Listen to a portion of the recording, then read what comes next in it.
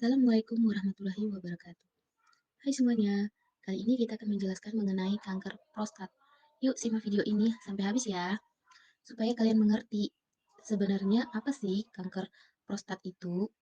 Adapun topik yang akan kita bahas pada sesi ini yaitu Outline 1-5. Yuk simak sampai habis ya. Baiklah, sekarang kita akan membahas mengenai apa sih kanker prostat itu. Kanker prostat itu adalah penyakit kanker yang berkembang di prostat, sebuah kelenjar dalam sistem reproduksi laki-laki. Hal ini terjadi ketika sel prostat mengalami pertumbuhan dan mulai berkembang di luar kendali. Sel-sel kanker dapat menyebar dari prostat ke bagian tubuh lainnya, terutama tulang dan kelenjar getah bening.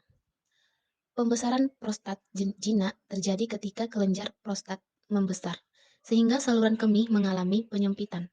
Kondisi ini dapat menyebabkan otot kandungan kemih menebal. Lambat laun, dinding kandung kemih akan melemah dan sulit untuk mengeluarkan urin. Selanjutnya, etiologi. Etiologi kanker prostat adalah transformasi maklina pada sel epitel prostat. Hal ini dapat dipengaruhi faktor risiko endogen seperti faktor genetik dan hormon, ataupun faktor eksogen seperti diet dan lingkungan. Faktor genetik. Jika terdapat riwayat keluarga kandung, orang tua, anak, maupun saudara kandung yang menderita kanker prostat, resiko untuk menderita penyakit tersebut meningkat 2-3 kali lipat. Sebanyak 5-10% penderita diperkirakan menderita penyakit ini murni karena faktor keturunan. Faktor resiko. Faktor resiko kanker prostat yang bersifat endogen antara lain faktor genetik, hormon, etnis, dan usia. Kemudian faktor etnis. Sebuah studi di Amerika melaporkan bahwa pasien keturunan Afrika memiliki resiko 1,7 kali lebih tinggi menderita kanker prostat dibandingkan etnis Kaukasia. Peningkatan resiko ini juga diikuti dengan peningkatan mortalitas sebesar 2,3 kali lebih tinggi. Selanjutnya, faktor hormon. Peningkatan rasio hormon testosteron dan dihidrotestosteron sudah sejak lama diduga sebagai faktor resiko kanker prostat.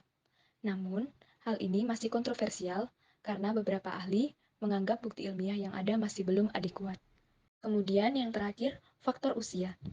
Resiko terjadinya kanker prostat akan meningkat seiring dengan peningkatan usia. Kanker prostat paling banyak ditemukan pada usia di atas 70 tahun dan jarang ditemukan pada usia di bawah 45 tahun. Penggunaan antioksidan seperti selenium, vitamin E, dan likopen dilaporkan menurunkan resiko terjadinya kanker prostat. B. Faktor lingkungan. Paparan bahan kimia seperti kadmium, logam berat untuk industri, dan viklosin, bahan kimia yang ada dalam pestisida, diduga meningkatkan resiko terjadinya kanker prostat. Baik, selanjutnya kita akan membahas mengenai patofisiologi dari kanker prostat ini. Prostat ini merupakan suatu kelenjar yang terdapat di sistem reproduksi daripada pria.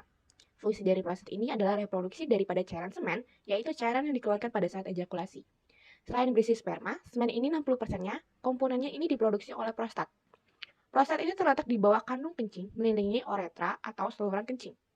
Jadi ketika prostat ini mengalami pembesaran, ia bisa menjepit uretra atau saluran kencing dan menyebabkan kesulitan buang air kecil. Dan jika dibiarkan, akan menyebabkan sakit yang luar biasa dan bisa menyebabkan kerusakan pada ginjal. Kanker prostat berkembang ketika tingkat pembelahan sel dan kematian sel tidak lagi sama, sehingga menyebabkan pertumbuhan tumor yang tidak terkendali. Penyebab kanker prostat sendiri belum diketahui, namun hormon androgen diyakini memiliki peranan dalam proses patogenesis. Kanker prostat dapat menyebar melalui jalur limfatik, di mana kelenjar limfopelvis dan kerangka merupakan bagian yang paling sering terkena metastasis. Pada beberapa laki-laki, kanker ini dapat berkembang dengan sangat lambat dan dapat tumbuh serta bermetastasis secara cepat dan menyebabkan kematian dalam perjalanan penyakit pada beberapa laki-laki lainnya.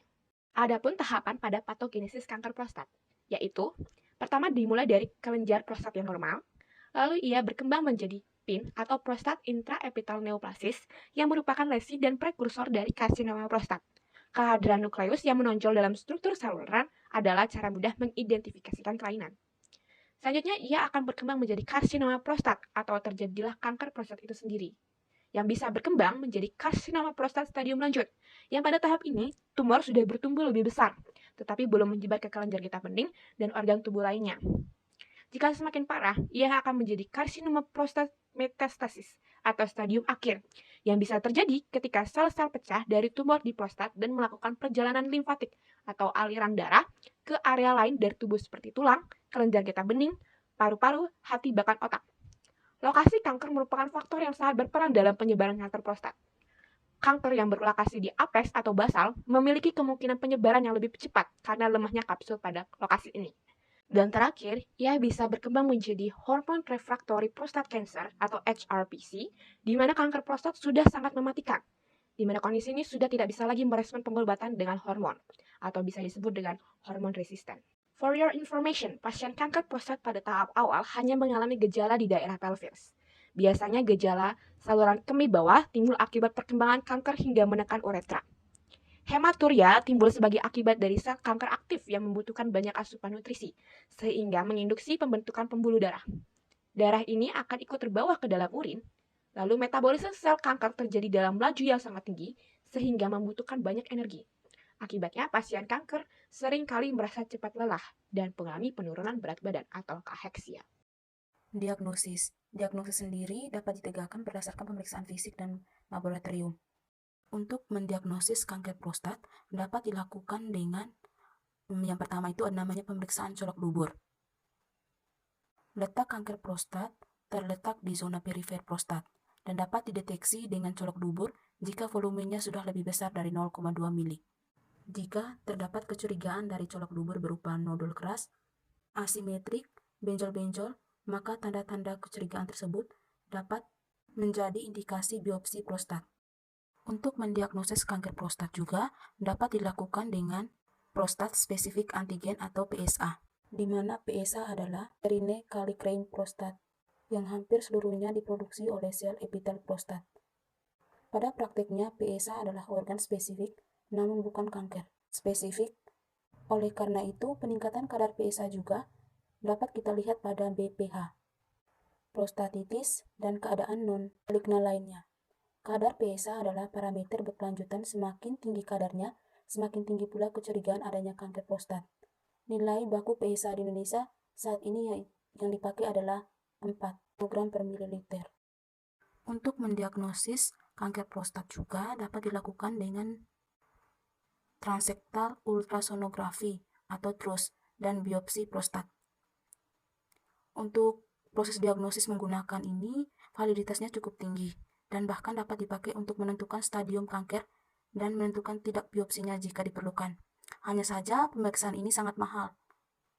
Pada pemeriksaan TRUS dapat diketahui adanya area yang merupakan salah satu tanda adanya kanker prostat dan sekaligus mengetahui kemungkinan adanya estimasi tumor ke ekstrakapsuler. Terapi kanker prostat juga dapat dilakukan dengan berbagai cara. Di antaranya adalah yang pertama itu adalah terapi hormon. Terapi ini bertujuan untuk mengurangi kadar androgen atau hormon laki-laki di dalam tubuh, yaitu hormon testosteron dan dihidrotestosteron atau DHT.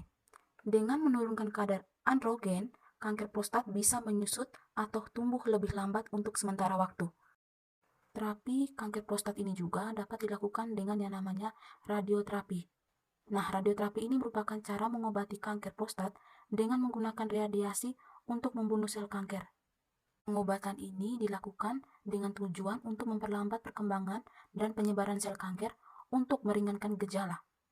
Tapi kanker prostat dapat dilakukan juga dengan yang namanya krioterapi. Krioterapi di sini merupakan cara membuka jaringan dengan memasukkan gas yang sangat dingin untuk membunuh sel kanker. Untuk proses terapi kanker prostat berikutnya itu ada namanya pembedahan.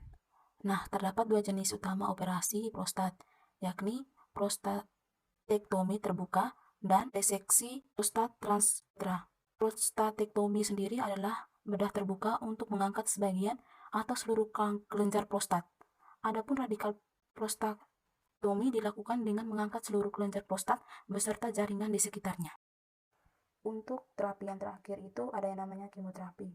Nah, dalam kemoterapi ini itu biasanya menggunakan obat-obatan untuk menghilangkan sel kanker yang bersifat agresif.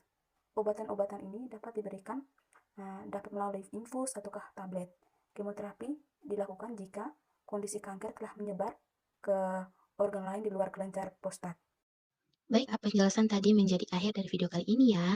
Sekian yang dapat kami sampaikan. Mohon maaf apabila ada salah kata, and thank you for watching.